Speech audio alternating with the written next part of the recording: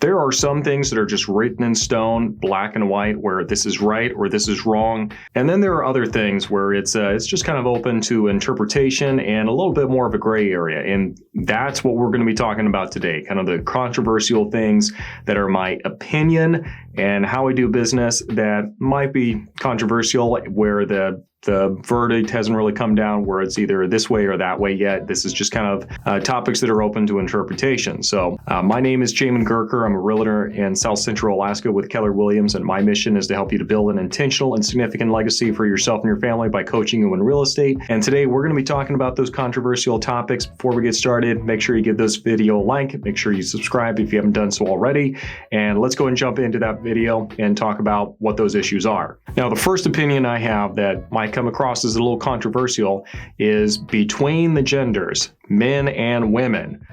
Which one do you think would be more emotional in a real estate transaction? Kind of talking with people in the past, most would assume it would be women. In my experience, that is not the case though, 100%. I've noticed men get a lot more emotional and wrapped up in the real estate process. And when I say emotional, I mean like almost impaired on making a good decision just because you get so emotionally wrapped up into it. Just showing emotion, that's not a problem. Getting to the point where emotions get the best of you, that's a problem. That's getting emotional. And I found that men actually cross that line way more often than women do. And I think the reason for that is because, I'm speaking in generalities here, but in general, men's egos kind of get wrapped up in the process a lot more than women do. Yeah, for that reason, I've seen that the men usually will get their egos wrapped up into it, which then gets the emotions really engaged. And then before you know it, it's kind of this snowball effect. The people that can more or less kind of take a step back and just treat it as a transaction and not as a sale of their home where they put a lot of time, effort, and money into it is really the best way to go. So that was controversial opinion number one. The second controversial opinion I have, and this might come back to bite me later, but I'm just going to put it out there. I don't really see this market here in South Central Alaska collapsing anytime soon. Really what we're seeing is that in the numbers, we might see a slowdown of the appreciation at which the market is going up. I don't see it going down though. Okay. And I say that just because interest rates are going up. That's going to slow some of the demand. But really the issue right now is the supply that's available is probably not going to be going up anytime soon for a couple of reasons. Number one, it's not very easy to build up here right at the moment because of the supply chain issues that are really impacting the entire country. And also, some of the regulations in Anchorage are making it kind of hard to make that happen. But this demand is going to remain high because the average age of somebody buying across the entire country right now is about 32, which means majority of the people who are buying are more of the millennial generation, and that generation has decided we're ready to go buy homes, and so they're going to stay on it until they eventually get something. So that demand, big part of it's probably not going to be going away. So that's my controversial opinion as far as where the market's going. I suspect it's going to slow down, eventually get more into a balanced market. Compared to what we're used to, it's probably going to feel like an insanely buyer-heavy market, but historically, no, it's just going to be going more back into a balanced market. Don't know for sure when that's going to happen. If I had to put a date on it, probably maybe 6 months to a year. But obviously anything can happen between now and then, so it's really difficult to say. Controversial opinion number three, and that is open houses are way overrated. And we can go back and forth on this. Ultimately, if you want an open house, we will do an open house and we will do it to the best of our ability.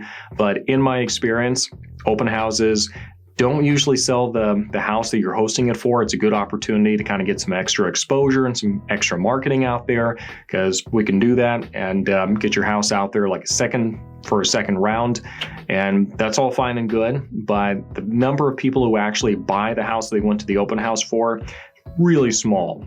Last I saw from the National Association of Realtors, only 4% of people bought houses at the open house that they went to. So it's not very common, and it ends up taking up a lot of time. It's kind of disruptive for the people who are currently living there. So for that reason, I don't really like them. They're kind of overrated in my opinion. They're really good for realtors who enjoy open houses because then they get the leads from everybody who comes to the open house, and they get to talk with the neighbors as well. So that's worth it to you. By all means, go for it. You really want to have an open house, we can do it. I'm just not really sure if it's going to be that effective is all. Let's go and take a break from all these controversial, spicy topics to kind of talk about the seller seminars I'm going to be teaching in the upcoming months. So some of you are probably aware of, I teach a seller seminar that's online every month at the last Saturday of the month. So this upcoming month in June, that's going to be 25th of June, and in July, that's going to be the 30th of July. So do make sure you RSVP for one of those if you're just trying to kind of dip your toes into the water and get a feel what's going on in this market, and get some of your questions answered, and even if you're not ready to have a full-blown sit-down listening presentation. So if that's something you're interested in, RSVP with the links down below, and be happy to see you there.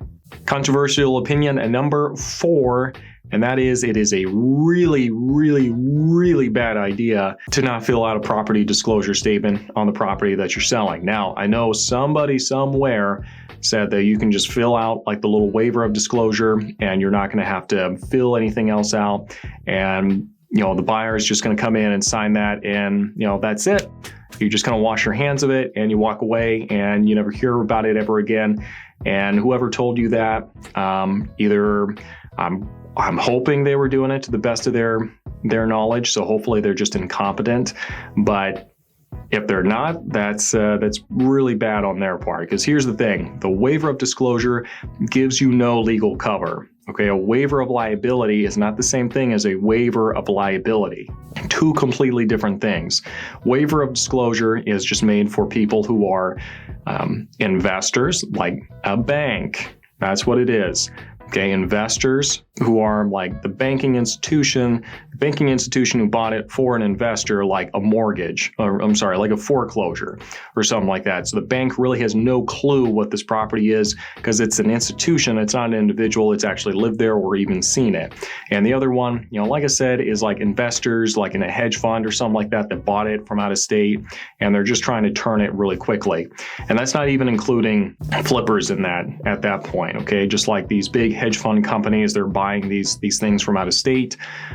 So for that reason, waiver of disclosure is really not made for the common person. Oh, another instance where it might be useful is if you're in an inheritance situation, like you just inherited a family member's property, you've never actually lived there or really spent much time there.